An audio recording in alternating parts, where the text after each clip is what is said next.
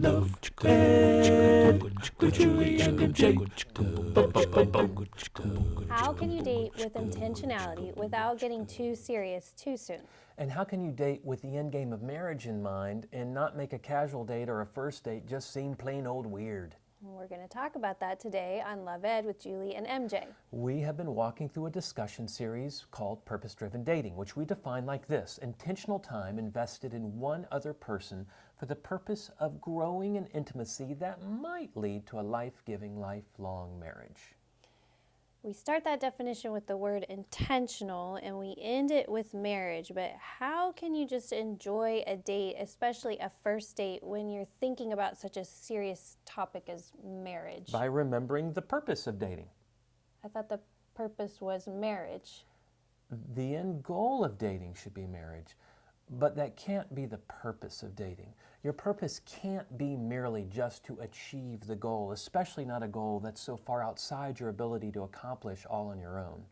Okay, well, we might be confusing our viewers, so can you give an example, explain? Let's talk about career. Let's take career goals. Let's say I want to become a doctor. Can I just go to the hospital and be like, hey, I'm not sick, I want to be a doctor? No, we all know doctor takes years. Okay. Years of what? Many years of school. Okay, so exactly. So same thing for becoming a businessman or an engineer. Those are all goals. But in order to get a shot at achieving my goal, I can't be consumed with the goal itself. The goal should motivate me. I want to be a doctor. I want to be a doctor. But in order to achieve that goal, I got to throw myself into the purpose of my education, which is achieving the skills and the experience and the knowledge to actually accomplish my goal. So what is the purpose of dating then if it's not marriage? How do we gain the experience, skills, and knowledge necessary for the goal of a lifelong marriage? By attempting to build the very thing that enables couples to thrive in a long-term sacrificial relationship like marriage. Which is? Building a great friendship.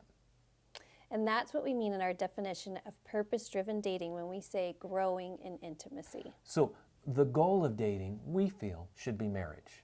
But the purpose of dating is growing in intimacy and nurturing the kind of relationship that might get you there someday. If you date with marriage as the purpose of each and every date, it's almost like going to a company, interviewing, and immediately gunning, fresh out of college, and you're already gunning for the top position in the organization. Nobody likes that guy. Or girl.